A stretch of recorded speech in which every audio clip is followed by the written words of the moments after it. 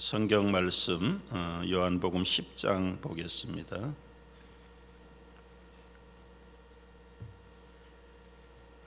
1절로 5절 말씀, 요한복음 10장 1절로 5절 말씀 찾으시고 제가 읽겠습니다. 내가 진실로 너희에게 이르노니 문을 통하여 양의 우리에 들어가지 아니하고 다른 데로 넘어가는 자는 절도며 강도요 눈으로 들어가는 자는 양의 목자라. 문지기는 그를 위하여 문을 열고 양은 그의 음성을 듣나니 그가 자기 양의 이름을 각각 불러 인도하여 내느니라. 자기 양을 다 내어놓은 후에 앞서가면 양들이 그 음성을 아는 고로 따라오되 타인의 음성은 알지 못하는 고로 타인을 따르지 아니하고 도리어 도망하느니라.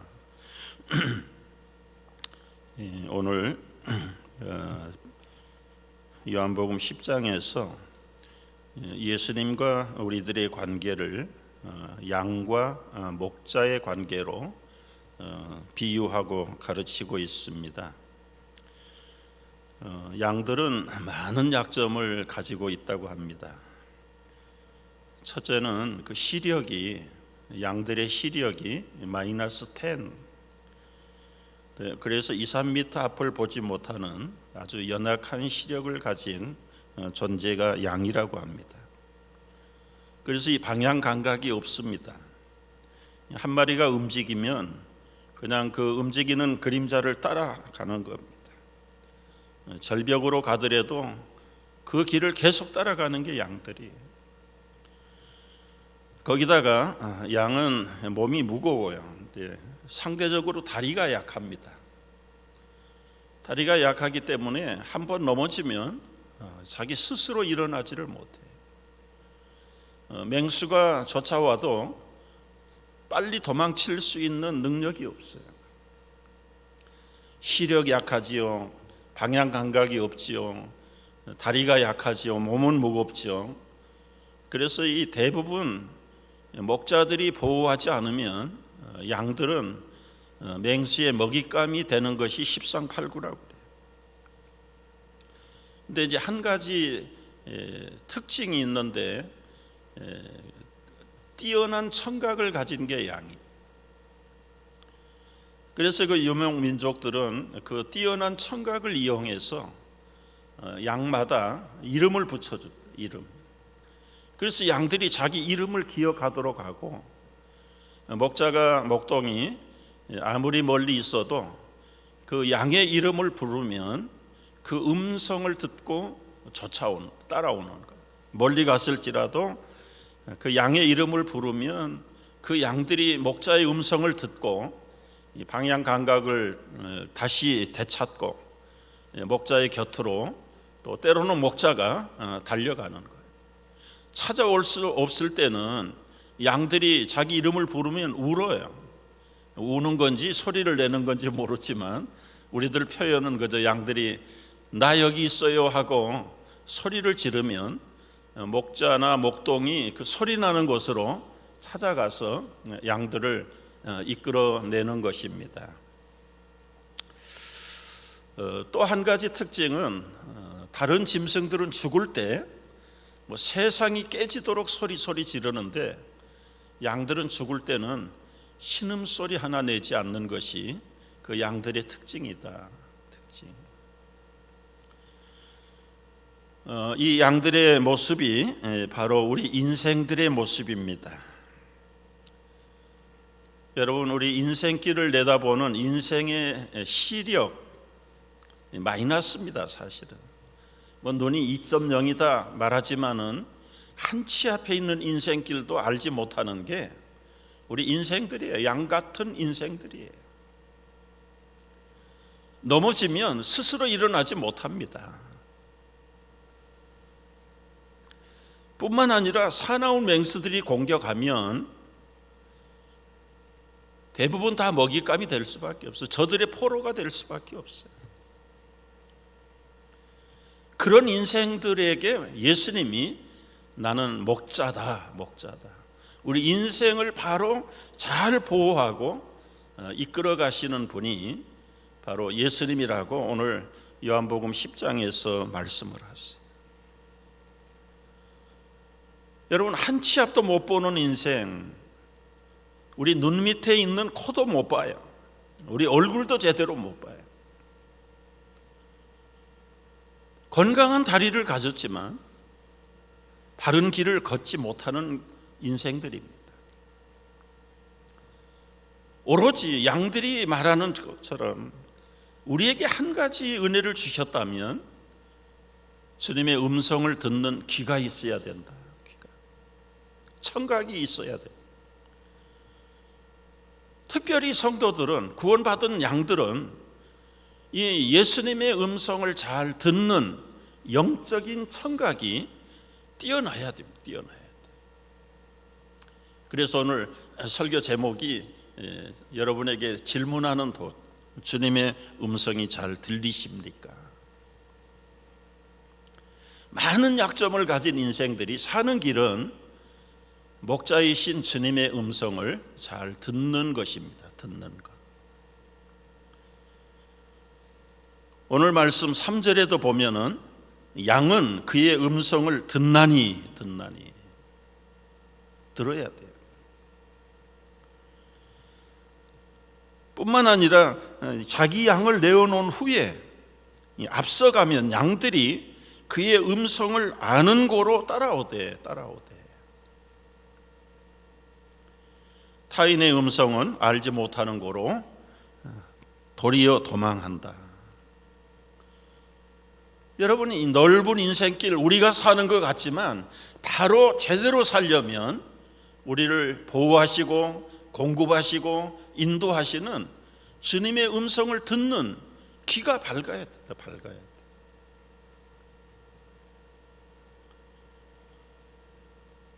여러분, 제가 다시 한번 질문하고 싶어요. 주님의 음성이 잘 들리십니까? 세상 소리를 너무 민감하게 들어요. 물론 세상 정보를 들어야 됩니다. 들어야 돼. 그러나 세상의 정보라 지식이 우리를 온전하게 보호할 수 없어요. 주님의 음성을 바로 잘 듣는 것, 이것만이 푸른 풀밭으로 실만한 물가로 인도하시는 비결이. 사람들은 세상 소리에 너무 민감해. 지금 온통 세계가 코로나 바이러스 때문에 불안에 떨고 있다고. 불안에 떨고. 근데 미국은 2명인가 1명인가 죽었는데 그거보다 더 눈앞에 닥친 것은 독감으로 85명이 죽었는데도 거기에는 관심이 없어. 그거보다 더 놀라운 것은 하루에 총으로 죽고 자살하고 죽임당하는 사람이 하루에 100명이다. 100명. 1년에 3만 6천 명 이상이 총기 사고로 미국에서 죽어가고 있어. 하루에 100명씩 죽어가고 있어. 여러분, 한국 전쟁 때 전사한 미군들이 3만 6천 명이에요. 3만 6천 명. 그런데 이 평화로운 미국에서 하루에 1년에 3만 6천 명씩 죽어간다니까. 하루에 100명씩. 그런 데는 관심이 별로 없고. 한 명 죽었을까 말까 하는 코로나 바이러스에는 굉장히 민감하고 불안해하고, 이게 참 이 정보를 어느 것을 듣는가에 따라서 우리가 하나님의 백성으로 또 주님의 양으로 바로 살 수 있는 길은 언제나 주님의 음성을 바로 잘 들어야 됩니다. 이사야 55장 3절 말씀을 보면은 너희는 귀를 기울이고 내게로 나와 들으라. 그리하면 다 같이 너희의 영혼이 살리라. 이 공동 번역에는 아주 쉽게 설명했어요. 너희가 귀를 기울이고 말을 잘 들으면 생기가 솟으리라. 생기가. 여러분, 벌써 2020년 들어와서 새해를 보냈는데 한 달 보냈잖아요. 오늘 2월 첫날입니다. 한 달 살아봐도 무슨 생기가 어디서 나오나요? 뭐 그날이 그날이고 그 인생이 그 인생이지, 우리 인생을 들여다보면 살만한 이유가 별로 없어요. 그런데 하나님의 음성을 들으면, 귀를 기울이면 생기가 솟아난다. 생기가.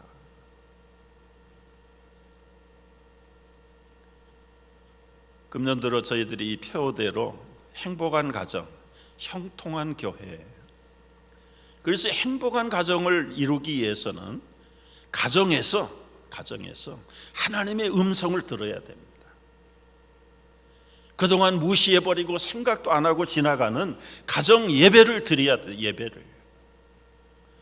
여러분, 식구라는 게 한 집에서 한 밭에 한 솥에 밥을 먹고 사는 게 우리말로는 식구인데, 한 피를 나눈 게 식구인데, 여러분 그 식구들이 평안합니까? 우리 하나님의 말씀을 가정에서 회복하고 가족들이 함께 영혼을 힘입어서 예배할 때 여러분 가정들이 생기를 찾죠. 다른 행복이 아닙니다. 여러분, 수입이 넉넉하고 건강하고, 그건 세상 사람들이 추구하는 행복의 기준이에요. 기준.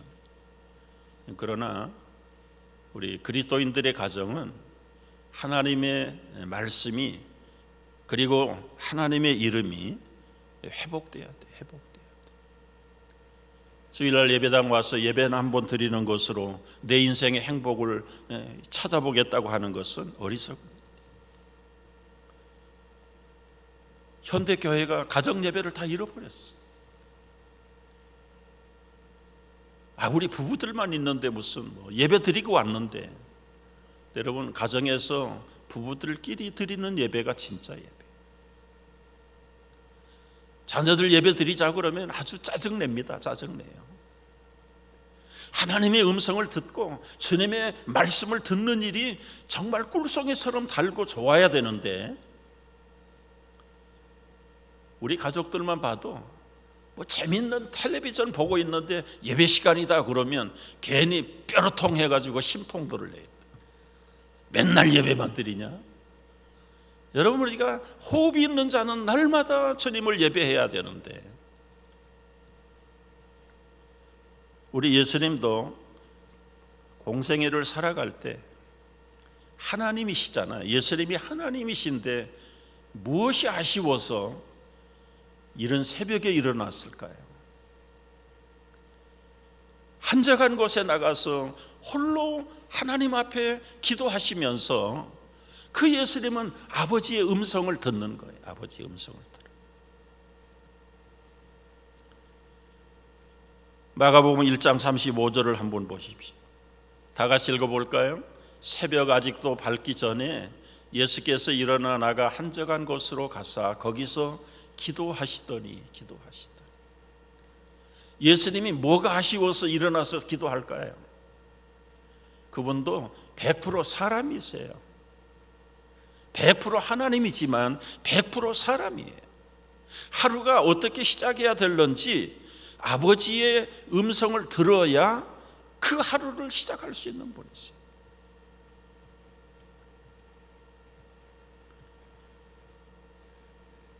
여러분, 제가 오늘 말씀의 핵심은 무엇을 듣고 사는가? 주님의 음성을 듣고 살아야 돼. 여러분 속에 하나님의 음성이 잘 들리는가? 그게 지금 제가 말씀드리려고 하는 핵심이 있어요. 말씀이 잘 들리지 않습니까? 안 들리는 이유가 몇 가지 있어요. 첫째는 하나님과 사이클이 맞지 않으면 하나님의 음성이 들리지 않습니다. 여러분, 라디오 사이클을 맞출 때 지지직 소리가 나는 것은 이 주파수가 안 맞았다는 뜻이죠. 하나님과 우리의 영적인 채널이 바로 이렇게 잘 맞을 때 하나님의 음성이 들리는 거예요. 그러나 그 음성의 채널이 맞지 않으면 복잡합니다. 복잡해요. 생각이 흐려지고 눈앞이 흐려지고 발걸음이 방향을 잃어버리는 거예요. 어린 사무엘이 성전에 바쳐졌지, 어려서 젖들을 떼고 그 엄마 한나가 서약한 대로 실로라는 성전에 갔다가 어린 사무엘을 완전히 하나님께 바쳤습니다. 그 성전에서 먹고 자는 거예요. 하루날 밤에 자려고 성전에 누워 있는데 사무엘아, 사무엘아, 누가 나를 부르나? 아무리 봐도 성전 안에 아무도 부르는 사람이. 그래서 엘리 제사장이 나를 불렀나 보다 싶어가지고는 쫓아갔어요. 저를 부르셨습니까? 아니다, 나 안 불렀다. 너 가서 자라. 이상하다. 돌아와서 다시 누웠는데 또 부르세요. 또 갑니다. 아니다. 3번 불렀다. 3번. 3번째도 제사장이 달려갔어. 근데 이 엘리 제사장이 3번씩이나 쫓아온 걸 보면 나는 안 불렀는데 하나님이 어린 사무엘을 불렀구나. 사무엘아, 이제 가서 다시 너를 부르면 이렇게, 예 하나님, 제가 여기 있습니다. 말씀하세요. 종이 잘 듣겠습니다. 사무엘이 엘리 제사장이 시킨 대로 가서 다시 성전 안에 누웠어요. 역시 하나님이 부르셨어요. 사무엘아, 사무엘아, 예, 말씀하십시오. 종이 잘 듣겠습니다. 그리고는 하나님께서 자세하게 앞으로 되어질 일에 대해서 설명을 해요. 이때부터 사무엘은 하나님의 음성을 듣고 성장하면서 이스라엘의 한 나라를 통치하고 이끌어가는 지도자가 된 거예요. 여러분, 내 인생을 내가 하나님의 음성을 듣고 지키지 못하고 이끌어가지 못하면 엘리 제사장처럼 돼버립니다. 엘리 제사장이 처음부터 그렇게 기가 어두운 사람이었을까요? 분별력이 없는 사람이었을까요? 아니에요. 이스라엘의 사울 임금, 첫 번째 임금 됐던 사울 왕도 초기에는 얼마나 영의 기가 밝았는지 하나님의 영으로 충만해서 그가 예언을 했대. 예언. 하나님이 주시는 영감을 따라서 그 나라 백성들과 나라의 미래를 내다보면서 아주 출중한 영적인 지도자로 부족함이 없었어요. 그런 사울 왕이 어느 날 갑자기 하나님의 성신은 떠나고 악령이 부리는 악신이 들어와서 완전히 다윗을 미워하고 죽이려고 일생을 다 바치는 이 어리석고 추악한 인생. 나중에는 다윗도 죽이지 못하고 결국은 자기 스스로 자기 인생을 끝내버리는 비극의 주인공이 바로 사울 임금이에요. 여러분, 생각을 해보십시오. 초창기에는 기가 밝아서 하나님이 주시는 예언의 은사를 행할 정도로 사울 임금이 영적으로 민감했던 사람인데 왜 그렇게 스스로 비참한 꼴로 자기 목숨을 끊어버리고 죽는 비극의 주인공이 되는 이유가 뭡니까? 다윗이 등장하면서부터요. 골리앗 앞에 꺼져가는 등불 같은 이스라엘 나라를 다윗이 건져내잖아요. 골리앗을 때려 죽인 후에 온 나라 백성들이 다윗은 만만이요 사울은 천천히요, 사울 임금보다 다윗을 더 높게 칭찬하고 온 나라 백성들이 노래를 부르니까 사울 임금 마음에 시기가 일어났어. 질투가 일어났어. 죽여버리겠다는 살인의 결단을 하게 돼요.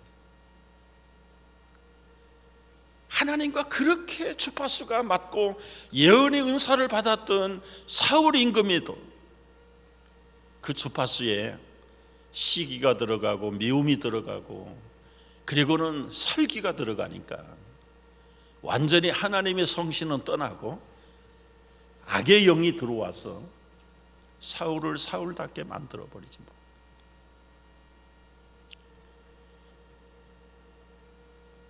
여러분, 우리가 하나님 앞에서 음성을 바로 잘 들리도록 이 주파수를 해방하는 것들이 있어요. 염려, 근심, 때로는 시기, 다툼, 성령의 생각이 아니라 육신의 생각으로 점점 가득 차기 시작하면 하나님과 나 사이에 그 영적인 파이프라인이 막히는 겁니다. 막혀요. 주님의 음성을 잘 듣기 위해서는 성령으로 시작한 우리가 육체로 맞추면 안 돼요. 처음부터 끝까지 주의 음성을 들을 수 있도록 우리 속에 가로막는 것들, 그것이 무엇일런지 사람마다 다 다를 수 있어요. 세상 불안, 근심, 아니면 다른 사람 비교의식, 시기, 다툼, 질투, 그 육적인 생각들이 자꾸 하나님의 영적인 생각을 가로막아요. 두 번째, 여러분, 잡음이 쌓이면은 하나님의 음성이 들리지 않아요. 세 번째는 현실이 하나님의 음성보다 더 크게 들릴 때, 보일 때 들리지 않습니다. 아브라함은 하나님의 음성을 잘 들었던 사람이죠. 자기의 본토를 떠나서 하나님이 지시할 땅으로 가는 사람이 가나안. 이 아브라함. 여러분, 그랬던 아브라함이 도중에 자주 실수합니다. 자주 실수해요. 자기 아내를 누이라고 해가지고 그것도 한 번도 아니고 두 번씩이나 애굽 왕에게, 바로 왕에게, 그래서 자기 부인을 내줘버려요. 아비멜렉 왕에게도 내줘버리고, 내가 너에게 분명히 아들을 줄 텐데 그 아들이 천하만민의 복의 근원이 될 것이다. 10년을 기다려도 15년을 기다려도 나이가 80, 90이 다 돼가는데 무슨 아들. 하나님, 이 우리 가정의 엘리에셀 이 종을 후계자로 삼겠습니다. 아니다. 네 몸에서 날 자가 네 상속자가 되고 복의 근원이 될 것이다. 사라는 나이 90이 됐는데 아들 낳겠다고 그러니까 웃었어. 하나님이 하시는 말씀을 웃다가 들켰어요. 너 왜 웃니? 아니, 안 웃었어요. 너 웃었다. 여러분, 여자 나이 90에 어떻게 아들을 낳겠어요? 안 되니까 자기 몸종 하가를 자기 영감 아브라함에게 집어넣어가지고 아들을 얻었어요. 이스마엘을 낳았어요. 이게 하나님의 음성을 듣고 고향을 떠났던 아브라함의 모습입니다. 이게 하물며 여러분, 나도 예수님 믿어서 구원을 받고 천국까지 우리가 인도를 받아서 가야 되는데 현실을 보니까 도대체 하나님의 약속이, 말씀이 이루어질 것 같지 않아.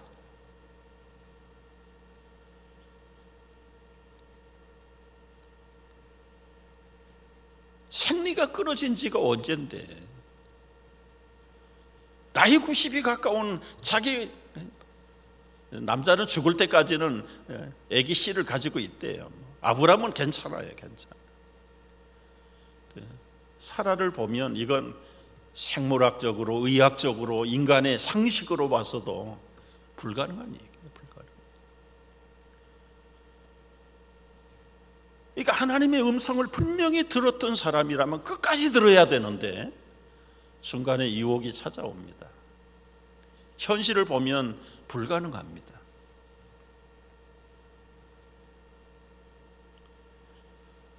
여러분, 우리가 참 생각을 많이 해야 돼요. 내가 너와 함께한다 분명히 말씀하셨는데 상황은 하나님이 함께하지 않는 것 같아요. 불안해.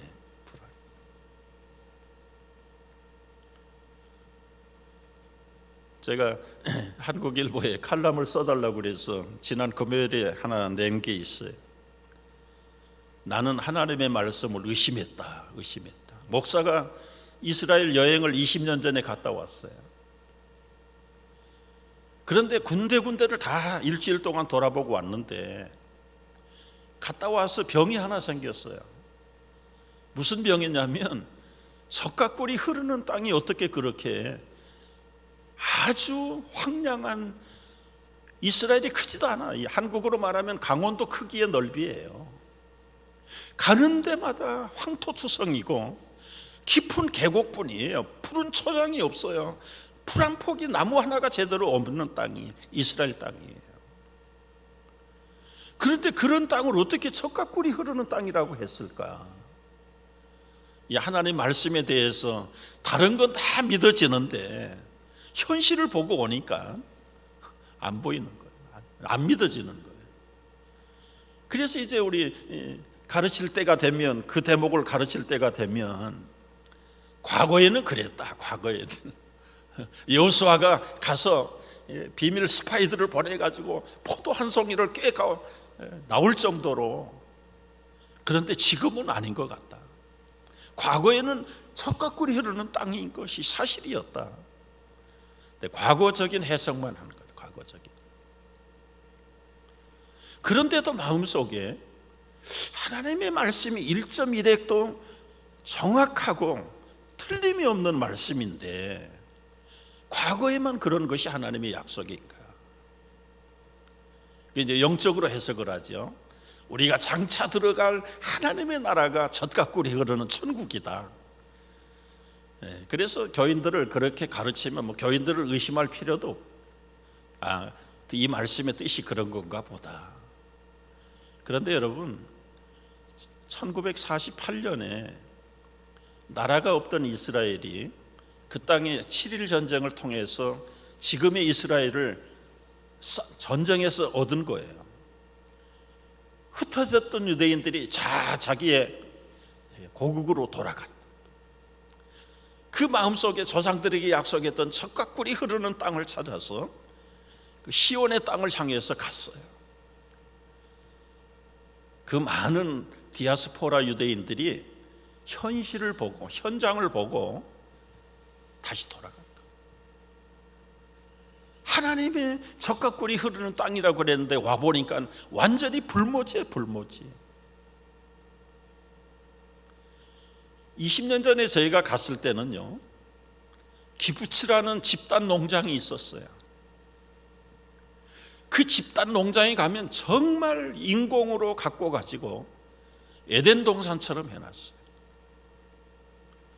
사람의 손길이 미치지 않는 곳은 완전히 황무지예요. 근데 지금 20년이 지난 오늘날은요, 이스라엘 사람들도 집단 농장을 안 해요. 이제 그들도 현대화된 거죠. 지금도 우리 이제 다음 주에 우리 교인들이 이스라엘 여행 갑니다. 여행. 갔다 온 사람들이 이구동성으로 물어봐요. 목사님, 석가꿀이 흐르는 땅이 어째 그래요? 가면은 먼지밖에 나는 게 없어요. 정말 하나님의 약속이 맞습니까? 제가 20년 동안 이 문제를 풀지 못했는데 주보에 여러분 제가 썼습니다. 그 칼럼을 가서 읽어보십시오. 우연하게 유튜브의 영상 뉴스를 보다가 2004년도에 그 이스라엘의 황폐한 땅에서 유전을 발견했죠. 유전. 그리고 지중해 밑바닥에서 가스의 엄청난 양을 발견한 거예요. 얼마나 많은 석유와 가스가 있는지 세계 가장 큰 산유국은 사우디아라비아예요. 그 매장량이 2,600억 배럴이 돼요. 사우디아라비아가. 근데 그 절반의 매장량을 이스라엘이 발견한 거예요. 가스는 미국이 최근에 발견한 세일 가스가 세계 최고입니다. 앞으로 500년을 쓸 수 있는 가스라고 그래요. 그런데 지중해 연안 밑바닥에서 미국의 절반 정도의 가스밭을 찾아낸 거예요. 이거보다 더 놀라운 것은 여러분, 이 석유와 가스를 찾아낸 사람이 러시안 주이시 토비아 루스킨이라는 러시아에서 태어난 유대인 후손이에요. 지구 물리학을 공부해가지고 러시아에서 그 일을 하다가 1984년도에 이스라엘로 귀환했어. 귀환. 뿌리가 유대인이니까. 근데 자기 모국에 돌아와서 이 르스킨이 성경 말씀, 구약이죠. 그리고 늘 마음에 생각이 똑같은 생각에 서하고 똑같은 생각을 했어. 이게 하나님이 약속하신 젖과 꿀이 흐르는 땅이 맞는가? 척박하고 어디를 가도 식물이 살지 않는 땅. 그런데 어떻게 이게 젖과 꿀이 흐르는 땅인가? 그런데 그 르스키는 김 목사보다 믿음이 조금 더 크더라고요. 분명히 하나님의 말씀이 틀림이 없는 진리의 말씀이라면 이 젖과 꿀이 흐르는 것이 뭘까? 현대판 젖과 꿀이 다른 게 아니라 석유와 가스다. 가스. 그 석유와 가스가 어디에 있을까? 이제 지구 물리학자 눈으로 구약 성경을 보는 거예요. 그런데 예전에 어떤 사람이 출애굽기를 읽다가 어린 갓난아이 모세를 나일 강에다 띄우잖아요. 그 띄우는 갈대 상자를 만들 때 물이 새지 않도록 갈대 상자에다 뭐를 발랐다? 역청을 발랐다. 역청. 역청이 영어로는 피치입니다. 피치. 콜탈이에요. 콜탈. 이 피치 콜탈은 어디에서 나오는 거예요? 석유에서 나오는 거예요. 그 피치라는 단어 하나를 이 스탠다드 오일 가스의 중역, 그분이 출애굽기를 읽다가 그 피치라는 단어를 보면서 이 피치는 석유에서 나오는 건데, 모세의 엄마 아빠가 갈대 상자에다가 피치를 발랐다. 그래서는 전문가를 불러다가 그 지역을 찾아라. 그래서 결국은 찾아낸 게 거대한 애굽의 유전을 찾았는데, 유전. 그래서 오늘날 스탠다드 오일이라고 하는 미국의 석유 회사가 아주 재벌 회사로 발돋움을 하는 거예요. 르스킨의 마음에 그런 생각이 드는 거예요. 분명히 하나님의 약속이 젖과 꿀이 흐르는 땅 어딜까? 신명기 33장을 읽다가 모세가 12지파들을 축복하는 기도의 내용이 나와요. 거기에 스불론 지파에게 축복합니다. 바다의 풍부함과 모래에 묻힌 보배가 흡수하리로다. 아셀 지파에게 축복해요. 그 발이 기름에 잠길지어다. 이 두 구절을 묵상하면서 이 물리학자의 마음속에 과거에 이 스불론 지파가 살던 땅이 어딘가, 아셀 지파가 살던 곳이 어딘가 집중적으로 조사하기 시작해요. 그래서 찾아낸 게 석유와 가스를 찾아내는 거예요. 제가 유튜브에서 그 뉴스를 보면서 그 1년 전에 했더라고요. 1년 전. 작년부터 본격적인 석유를 시추해가지고 지금은 터키로, 이집트로 석유 가스를 수출하는 수출국이 돼요. 수출.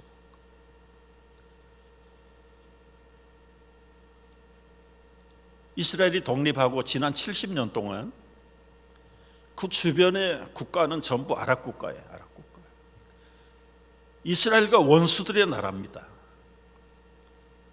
뭐 요르단을 비롯해서 사우디아라비아나 그 옆에 있는 아랍의 모든 국가들이 다 한결같이 산유국들이에요. 그 석유가 나와요. 근데 유일하게 이스라엘만 석유가 없어요. 그 옆에 나라에서 이렇게 석유를 주고 팔면 좋은데 원수 나라에 석유를 수출 안 합니다. 그래서 이스라엘이 지구 반대편에 있는 멕시코 석유를 수입해요. 저 아프리카에 있는 앙골라에서 석유를 수출. 심지어는 노르웨이, 북부에 있는 노르웨이에서 석유를 수입해 와야 돼요. 엄청나게 비싼 석유를 70년 동안 100% 수입에만 의존을 했어요. 그러니까 전기세가 엄청 비싸고 모든 산업이 국가 경쟁력이 없어요. 석유를 비싸게 사오니까 지금은 완전히 거꾸로 돼버렸다. 그 이웃 나라들에게 터키에 가스를 50년 수출하도록 계약을 맺다. 여러분, 저는 그 유튜브 영상을 보면서 회개했잖아요. 하나님의 약속의 말씀은 이렇게 철저하게 1.1획도 틀림이 없는 말씀인데 눈앞에 나타난 현실 상황, 그걸 보면서 하나님의 음성을 제대로 믿지 않으려고 하는 이 불신의 마음.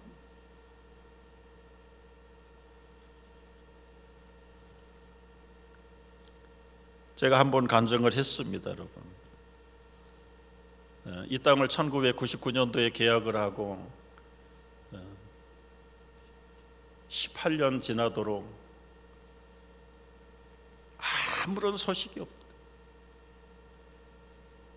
여러분, 14년 만에 조건부 건축 허가를 받았지만은 아무런 하나님의 응답이 없다. 교인들을 마저 목사님 어떻게 됩니까? 물어보는 사람도 없어요.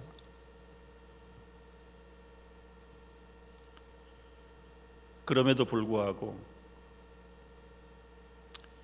제일 가슴 아플 때가 언제냐면 송구 영신 예배 드리고 나서 1년이 그냥 또 지나갔잖아요.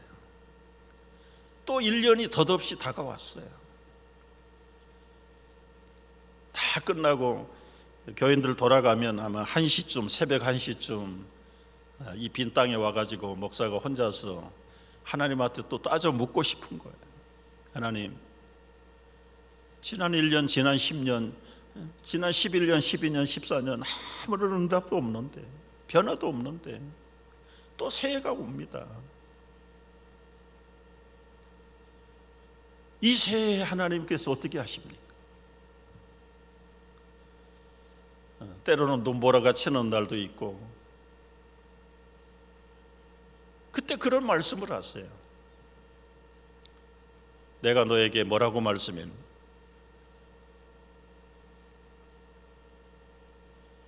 (40년) 전에 여의도 광장에서 이 아스팔트에 무릎 꿇고 기도할 때 내가 너에게 뭐라고 말씀했지? I'll be with you forever. 내가 너와 세상 끝날까지 함께한다. 그 말씀을 또 기억나게 만들었어요. 그럼 저는 기도 안 합니다. 오케이, 하나님이 함께 하신다니까 또 그냥 갑니다. 여러분 분명히 말씀하셨는데도 10년, 11년, 12년, 14년 지나가도록 아무런 변화가 없으면 아브라함의 심정을 제가 알겠죠. 사라의 그 심정을 왜 모르겠습니까? 여러분 우리가 하나님의 약속을 기막아 버리는 이유가 무엇입니까? 분명히 눈앞에 보이는 현실은 하나님과 약속의 말씀이 다른 것.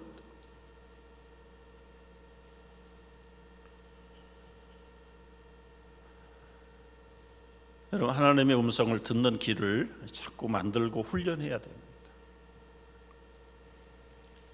근데 중요한 것은 하나님의 말씀이 구약처럼 들리지 않는 거예요.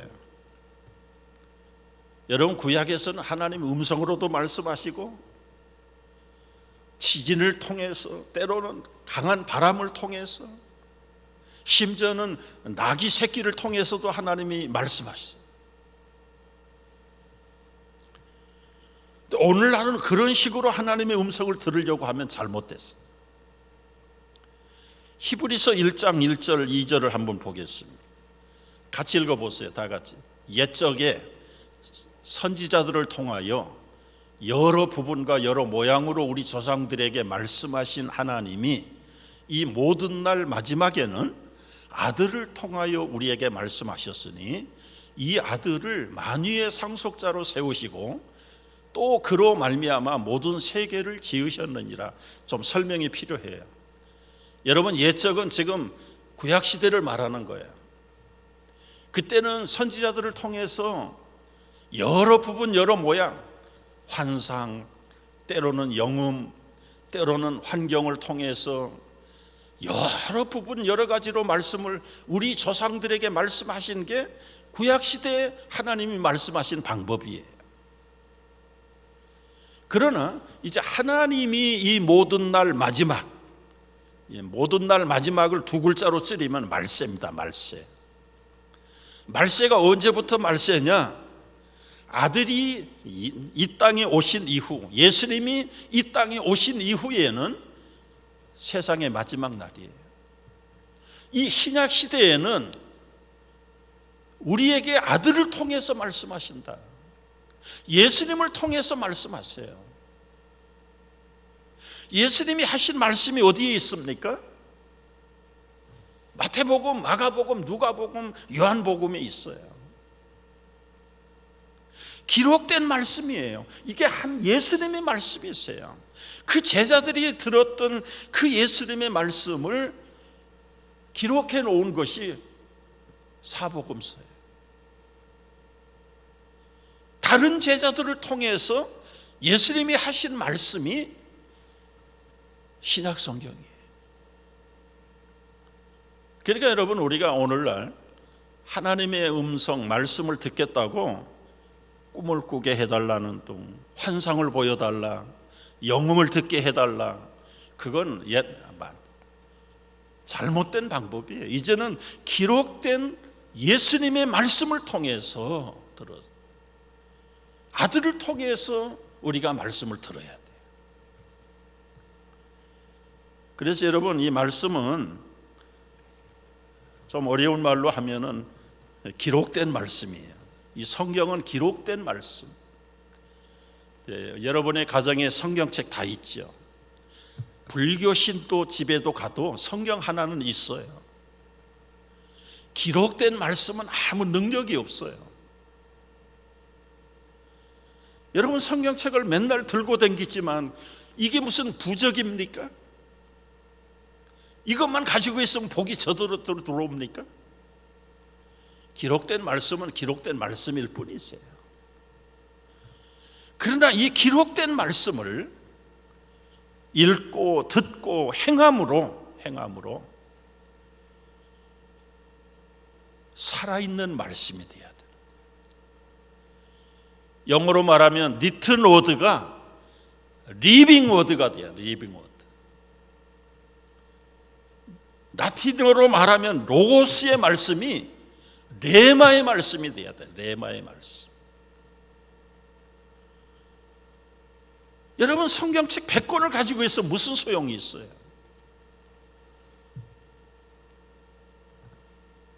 대동강에 복음을 들고 가서 던졌던 토마스 선교사가 죽었어요. 사형을 당하면서도 그 한국말 조선말로 번역된 그 종이를 집어 던진 거예요.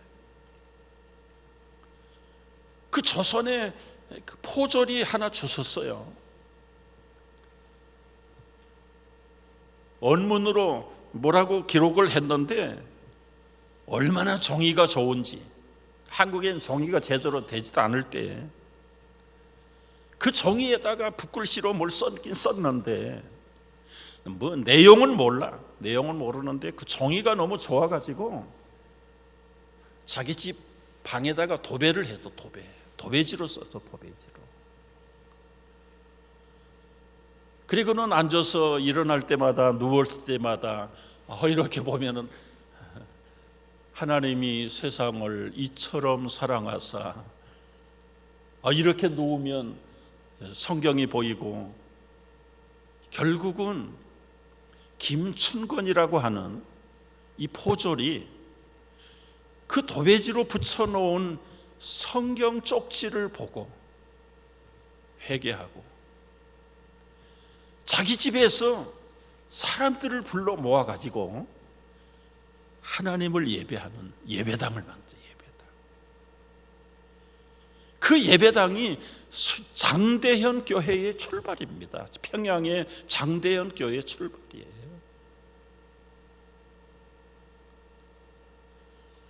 좋은 성경을 가져 있어도 이것을 믿고 그 말씀대로 행하지 않으면 이건 기록된 말씀에, 그러나 이 기록된 말씀이 나를 살리는 말씀이 되기 위해서는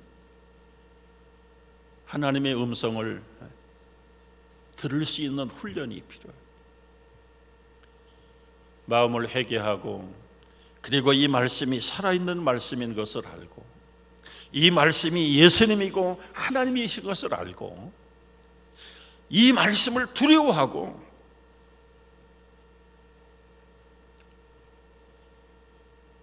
날마다 묵상하고, 그래서 이 성경을 암송하라는 게 그거예요. 우리 아이들에게 메모리 벌스, 평생 그 말씀이 그들의 심령에 있어요. 마땅히 행할 길을 아이에게 가르치라. 그리하면 늙어도 그 길을 떠나지 아니하리라.